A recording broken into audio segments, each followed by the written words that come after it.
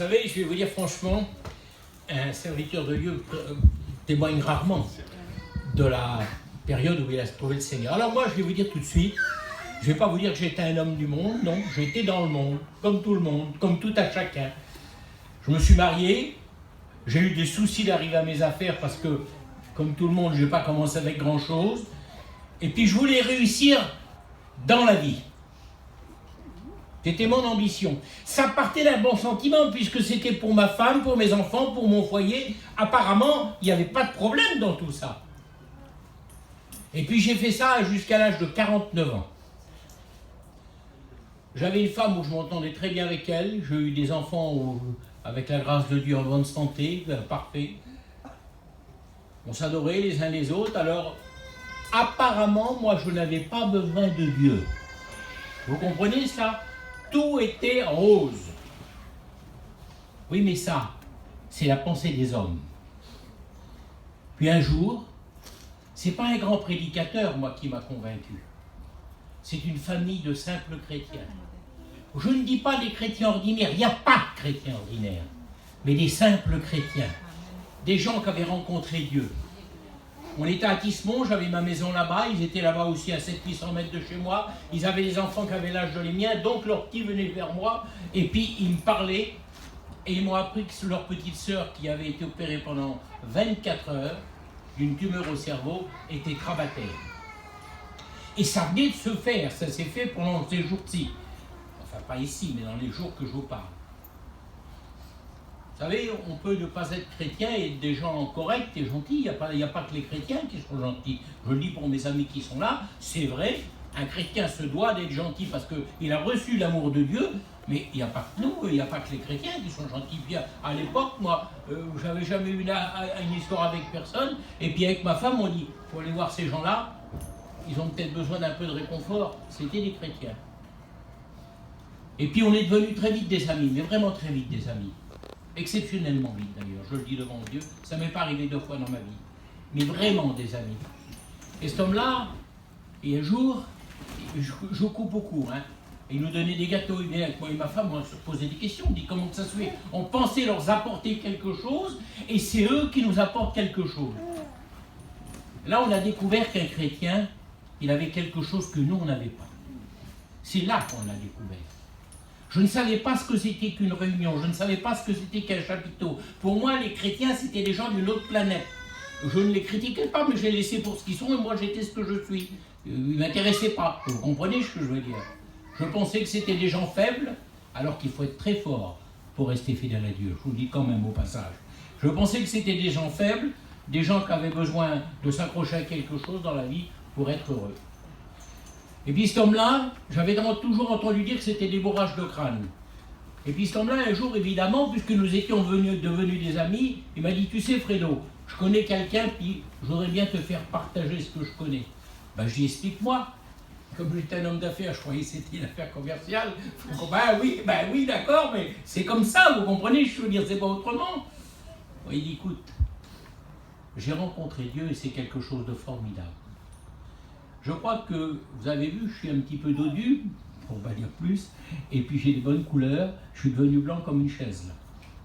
J'ai dit, écoute un tel, tu vois, j'aime bien venir te voir, j'aime bien, je sais que tu aimes bien venir me voir, on est des amis, je ne me parle plus de ton Dieu, j'ai 49 ans, le mien il m'a tout donné ce que j'espérais, et au-delà de ce que j'espérais quand je me suis installé. J'ai dit, alors m'en parle plus s'il te plaît. Cet homme-là, il m'en a plus jamais parlé. C'était l'été, au mois de juillet-août, puisqu'on était arrêté à Paris au mois de juillet. On était arrêté à rester à Paris pour un cas, nous aussi. Et puis, quand il me voyait arriver, il était sous un arbre, il faisait très chaud cette année-là. Il prenait sa Bible, il la pliait, il la mettait sous son fauteuil, et puis il m'attendait. Et là, ça m'a interloqué. Je lui ai dit, c'est pas un bourrage de crâne, parce qu'il n'essaye pas de me raconter des histoires. Mais ça m'a tellement énervé. Je le dis devant le Seigneur qui m'entend, vous comprenez bien. Que je dis, je vais lui demander une Bible parce qu'il me l'avait proposé, je l'avais refusé. Et puis je vais lui montrer que moi aussi j'ai raison. Il n'y a pas de raison, pourquoi? Pourquoi que je n'aurais pas raison, moi? Ah oui, ça c'est la vanité des hommes, vous comprenez ce que je veux dire? Dans le monde, je m'excuse, mais je savais faire mes affaires et je savais me débrouiller. Il n'y a pas de raison qu'un petit chrétien, il va m'apprendre quelque chose, lui, là. Puis j'ai pris la Bible. Je n'ai pas lu toute la Bible, mais j'ai lu sur quoi j'ai été concerné. Marie, les saints, le baptême, adulte, enfin toutes ces choses-là, il y a 4 ou 5 choses primordiales que j'ai lues. Je suis tombé de haut, vous savez, je vous le dis devant Dieu. Je dis, c'est pas possible. C'est pas possible qu'à 50 ans, avec tout ce que j'ai fait et tout ce que j'ai vécu, je suis passé à côté d'une chose comme ça et je croyais avoir raison. Et puis, raison, pas comme on croit, j'étais une certitude pour moi dans ma tête. Et vous savez, la vanité des hommes est grande. Et la mienne n'était pas plus petite que les autres, hein, vous me comprenez. Donc, j'en voulais pas. Je savais que c'était la vérité, mais je ne connaissais pas Dieu. Donc, j'en voulais pas. J'avais pas fait l'expérience. Je savais, il y en a plein ce soir, là, des amis qui sont là, qui savent que c'est la vérité, mais qui n'ont pas encore eu le courage de l'accepter. Mais moi, j'étais dans ce cas-là. Je vous le dis devant Dieu. Et puis, vous savez, Dieu a un plan pour chacun d'entre nous, frères et sœurs et amis. Et puis, comme on avait resté tout le mois de juillet, et puis, tout l'hiver, et puis jusqu'au mois de juillet à Paris, j'ai dit à mes petits, vous voulez qu'on s'en va? On pouvait partir. Choisissez un pays où il y a de la jeunesse. Moi, je vais où c'est que vous voulez. Pour moi, ça ne change rien. Je dis, on a été enfermés dans la cour pendant 8 ou 10 mois, là. Choisissez. Ils m'ont dit, on va à Deauville. Il n'y avait pas de raison qu'on aille à Deauville. Ça faisait 22 ou 23 ans que je n'y avais pas été. Il n'y avait aucune raison à l'époque. Mais ils ont demandé qu'on aille à Deauville. Moi, j'ai dit, on va à Deauville. On arrive à Deauville, il y a un grand terrain. La préfecture les sépare en deux, d'un côté les inconvertis, d'un autre côté les chrétiens. Il y en a un qui c'était tout petit, l'ouvrier, qui s'en occupait, et puis les autres les serviteurs de Dieu. Forcément, moi je me mets avec les inconvertis. Je me mets avec les inconvertis, mais comme j'avais été touché par le Seigneur, vous savez, une graine qui est semée, elle fait toujours son effet. Comme j'avais quand même été touché par le Seigneur, je dis, tiens, un chapiteau d'Alléluia, je vais voir ce que c'est quand même. Je rentre, je m'appuie sur le poteau sans même m'asseoir. Au bout de 3 jours, j'étais assis, au bout de 15 jours, j'étais dans les rangs, puis 8 jours après, j'étais devant. On s'est convertis, moi et ma compagne, ensemble. C'était quelque chose d'exceptionnel. Oui, mais il y a l'homme derrière tout ça. Je connaissais Dieu, je le connaissais, je savais que c'était la vérité. Là, j'avais les deux parties, je savais que c'était la vérité, je le connaissais. Mais j'en voulais pas quand même, parce que je disais pas moi.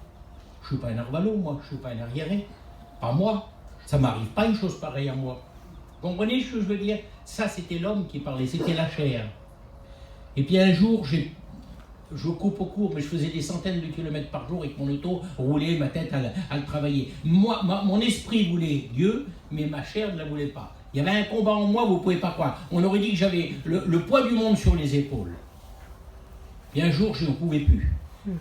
Et puis je dis, si, parce que c'est comme ça, ben, je dis alors, je vais voir, je vais me baptiser. Puis si ça ne va pas, il n'y a rien qui m'attache, je reviendrai comme j'étais avant.